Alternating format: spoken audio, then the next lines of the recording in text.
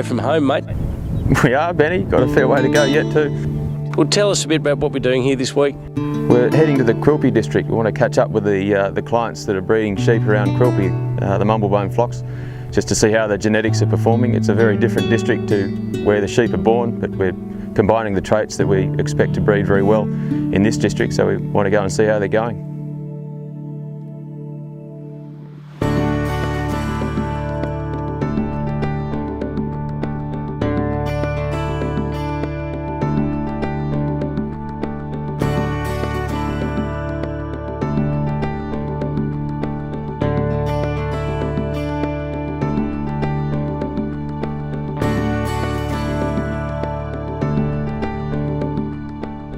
Chad, it's so good to see the Truss family doing so well with the sheep out here. Oh, it sure is. Just to see those rams in the ram paddock looking so well, reflecting the muscle and fat that's been bred in conjunction with the other traits we select for. To see the lambs at foot running through the mulga country looking as good as they did. Younger generation involved in the business with a view to the future, putting up a dog fence to manage the dogs to keep them in sheep for a long time to come. But it's a great story. I think it's great to see it. Chad, I mean, their lambing percentages out here, 90 to 110%. I mean, that's fantastic for this country. Yeah, it is. It is up to 110. I think Andrew was saying. It doesn't look like easy country to lamb in, and there's a lot of pressure from vermin. So to get those sorts of results, I think it's just great to see. And we really need good lambing percentages to drive the merino business now. Certainly a modern merino business, it has a heavy emphasis on a need for good reproduction rates, and they're achieving that here. It's great to see.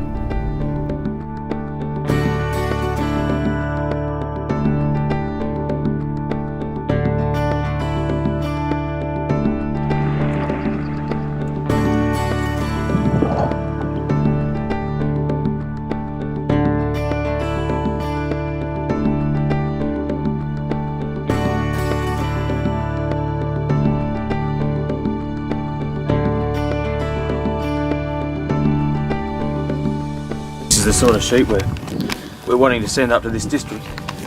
It's a really robust sort of animal, so the muscle and fat and the growth should all be in place. But so far as the wool goes, it's just a beautiful wool. Yes.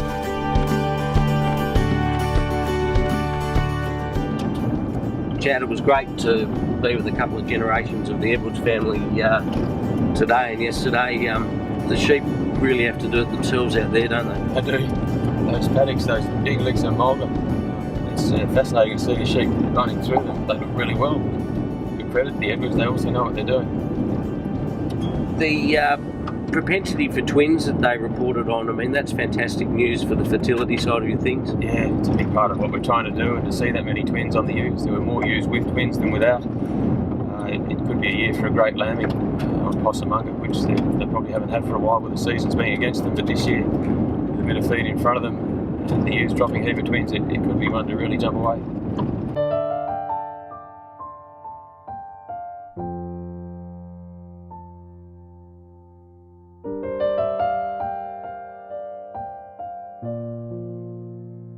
We started classing here in 1935.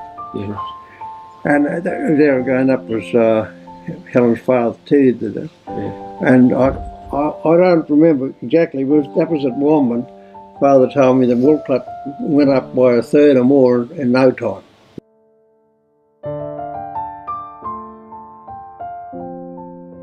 We love our sheep, and we think sheep are very profitable here, and have been very kind to the Ruttigers for a lot of years, and we like looking after them the best we can, and they come in every year with them a nice fleece of wool and at least one lamb, if not twins. Yeah, and twins this year. Happy to go again. Yeah. The sheep have changed from a fine wool, wrinkly, overdeveloped sheep to a plain body. The Mumblebone sheep I'm talking about. Probably back to more of a South Australian type sheep, but keeping the much better wool, soft handling wool. That's this country around about the 19.5 or 20 micron. So the wool's improved, but what about things like fertility and things like that? Have they improved over the years? I think the fertility's improved a lot, and some of that's because we've got more waters, and we've actually stopped mulesing last year for the first time ever, which Dad's pretty worried about, and I am a bit too, but Kylie, my wife, is very keen to go non-mulesing if we can. We've done no mulesing with us for 5 or 6 years, and that's worked very well. So maybe it is a goer, I don't know, but all the ewe lambs this year aren't muled. So.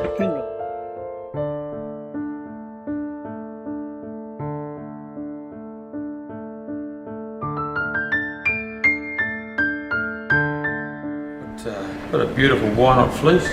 It's off a ewe lamb. So Louise was telling me, it's just superb. They give us a crimp definition, fibre alignment and softness. It's a wonderful reflection of what they're doing up here. Beautiful.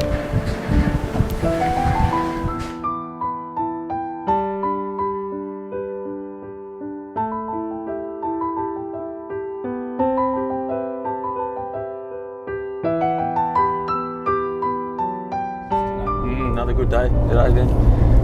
The Rutledges is fascinating to meet them and hear from Brian and Barney a bit about how the Mumblebone flocks came to be in the district and the evolution of the sheep over that time. Great to hear a bit about that.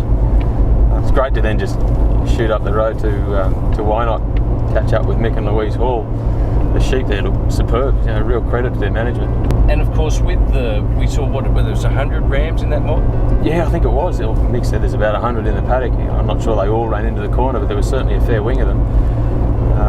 And then to find that half-brother of 850 who's doing so well in the trials in Victoria, also performing well up here in Queensland, was a small world. Yeah, some tough years and a chance now with some feed in front to really get some runs on the board in terms of lambs weaned. Mick was explaining that everything we saw there today is all edible, so with using such good nick and so many lambs hitting the ground early on and the lambing with beautiful feed in front of them, I hope it all comes together for them. It's an opportunity they probably haven't had for a while, so yeah, I hope they really smoke it this time. They've waited for it.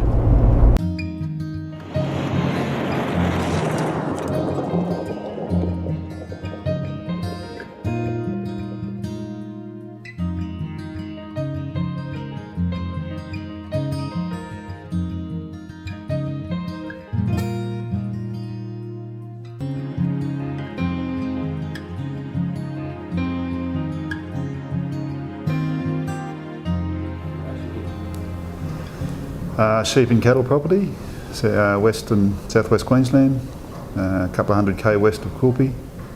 Been in the family for nearly 80 years. Predominantly always sheep, as in merinos, wool, and got a few cattle as well. But we've got the wild dog barrier fence on our western side, so we've got country outside and inside the fence. Still plays a really important role as far as wild dogs go. We're pretty marginal season-wise, marginal rainfall area, and cattle don't cut it as far as that constant income. Having that wool clip every year is still a huge benefit. And most of this country people would say, even those who have gone out of sheep would still say that sheep gives you the best return.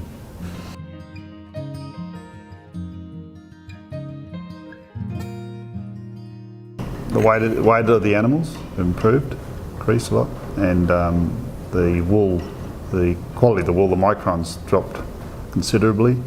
The animal itself has changed. We were getting certainly a lot freer wool and less fly problems.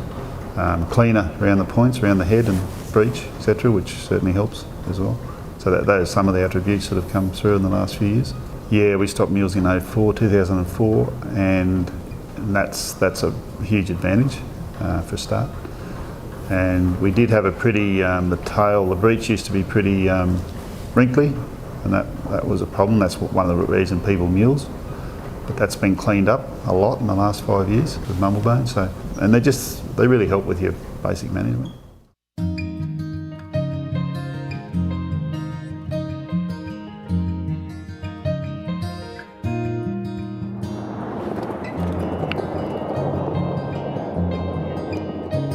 The fence to me looks like a game changer. You can change that potential to get rid of the dogs. You've got to I think in 10 years time you'd put a shearing contractor back in this town. What do you think of Quilpie as a wool and sheep growing area? It's a great area. It is I was once told it's probably one of the best wool growing areas in Queensland, probably Australia. It yields really well and it's great wool growing country. The bulk of our clients are Mumblebone, Narragunda. They had a very good wool clip. Possamunga. The Possamunga sheep, they've always got a lot of size in their wethers. You know, they're good big sheep. And Plevna have too. Why not would have too, I would think, but they always sell their wethers. Although now they've started, if they can get a good season, they take them down to Big Creek and grow them out there, but they just haven't had the chance yet. It's hard, we've just been through probably 15 years of the worst times you could ever wish for. Plevna and Why Not kept classing, and you can see a huge difference.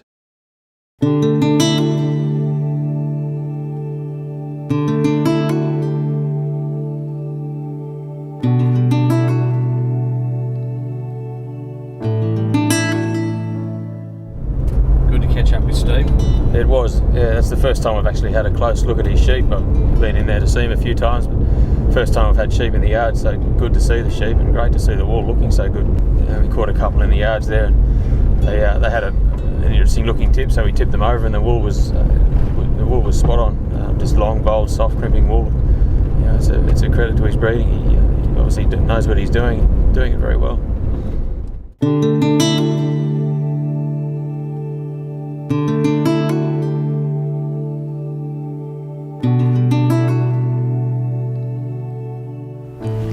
Well, Chad, 2 pigeons, 3 kangaroos, 2 pigs and a cow later, we've made it back from Quilpie.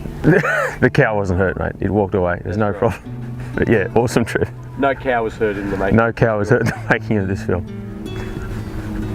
We had a great trip though, you know, 2,500 k's to get round the flocks at Quilpie. It was only 11 months ago Lou and I were up there at the Quilpie show, and driving up, it was tough. There was no feed, it was hard ground. The few sheep we saw did look surprisingly good, but the country was giving them no help. So to see it now, turned around after the rain with good feed in front of them, heaps of lambs hitting the ground, you know, a bit of a spring in the step of the people we saw, it was very refreshing, very encouraging to see. And it's fantastic, this whole collective of, you know, the dog fence and everything. I mean, I think Quilpie's got some really exciting times in front of it. Absolutely, yeah. It's a real testament to the resilience of these people, I think.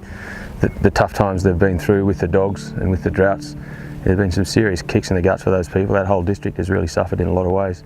But to see the next generation coming through with a view to the future, putting these fences up to manage the dogs and their pastures, it is a real testament to the resilience of those people. It's just awesome to see it.